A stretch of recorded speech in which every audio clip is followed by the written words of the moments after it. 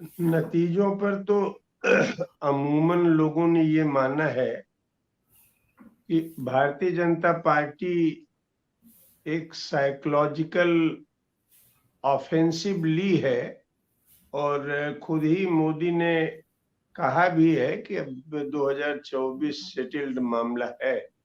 तो इस पर लोगों ने टिप्पणी कर ही दी है और कहा है कि नहीं, मोदी की कोई बहुत इसमें बढ़ोतरी नहीं है, बल्कि कांग्रेस की जो पुरानी टैली थी, आज कांग्रेस उससे बेटर पोजीशन में पहुंची।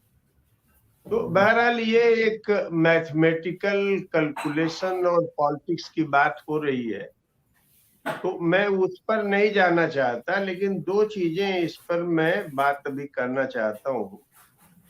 पहली बात तो दो राज्यों को मैं ले रहा हूँ, एक तो छत्तीसगढ़ और दूसरा आपका तेलंगाना।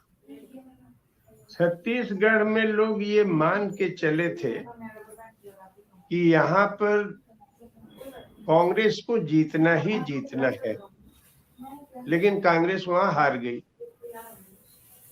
और तेलंगाना में कांग्रेस जीत जाएगी ऐसी उम्मीद लोगों को नहीं थी। तो मैं ये बात कह रहा हूं कि छत्तीसगढ़ में कांग्रेस के लिए एक मैसेज है कि वहां आदिवासियों को और जो डेमोक्रेटिक फोर्सेज उनकी वॉइस को उठा रही हैं, उन्हें फॉर ग्रांटेड न लें।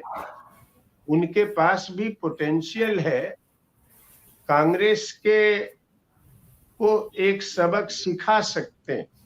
और इस चुनाव में जो मुझे रपट है, भारतीय जनता पार्टी के विरुद्ध जो लड़ने वाली वहां फोर्सेज हैं, आज भी लड़ रही हैं, कल भी लड़ रही थी, लेकिन उनमें एक मायूसी थी।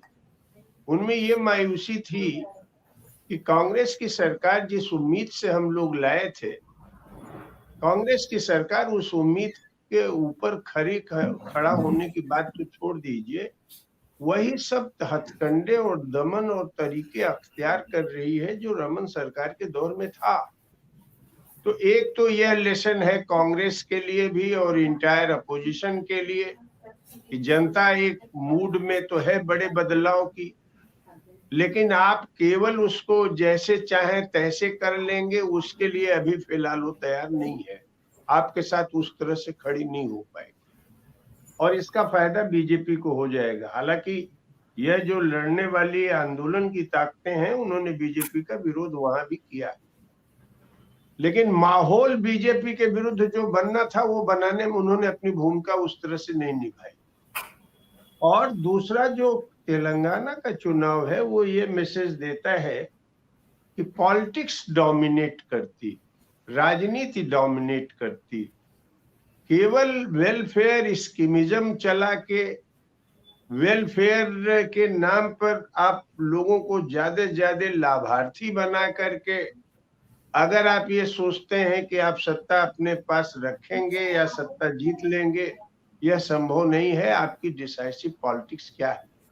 साउथ में लोगों ने यह महसूस किया कि भारतीय जनता पार्टी को हराना जरूरी है और उस हराने के पॉइंट ऑफ व्यू से कांग्रेस को उन लोगों ने चुना। अब ये अलग बात है कि अगर आप तेलंगाना में देखें तो बीजेपी ने अपने टैली को बढ़ाई, लेकिन ये सामान्य तौर पर इस टैली को उससे आप अपेक्षा नहीं कर सकते।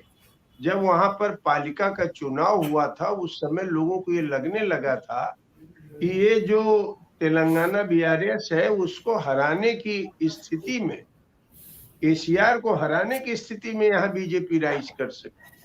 उसकी तुलना में कांग्रेस का राइज होना और बहुत कुछ टैली बीजेपी के बढ़ने के बावजूद ये मैसेज है कि साउथ अभी बीजेपी के लिए मानसिक तौर पर तैयार नहीं है, उसकी डिविसिव पॉलिटिक्स को वो नकारती। तो ये दो महत्वपूर्ण लेसन्स इस चुनाव से हम लेते हैं कि जनता को अपोजिशन फॉर ग्रांटेड न ले और केवल इकोनॉमिक कुछ बातें कर देने से पॉलिटिक्स को डिफीट नहीं दी जा सकती। एक समग्र राजनीति की जरूरत है और जो अपोजिशन है उसको एक नैरेटिव बनाने की जरूरत है कि वो बीजेपी को हराना राष्ट्र के लिए क्यों जरूरी है, देश के लिए क्यों जरूरी है, देश की संप्रभुता के लिए, लोकतंत्र के लिए, आम नागरिकों के अधिकार के लिए। अगर यह बना करके एक बड़ा अभियान चलाए तो मुझे लगता है कि बीजेपी की बढ़त को रोका जा सकता है और 2024 में उसे आज की भी परिस्थितियों से आकलन किया जाए तो उसे शिकस्त दिया जा सकता है।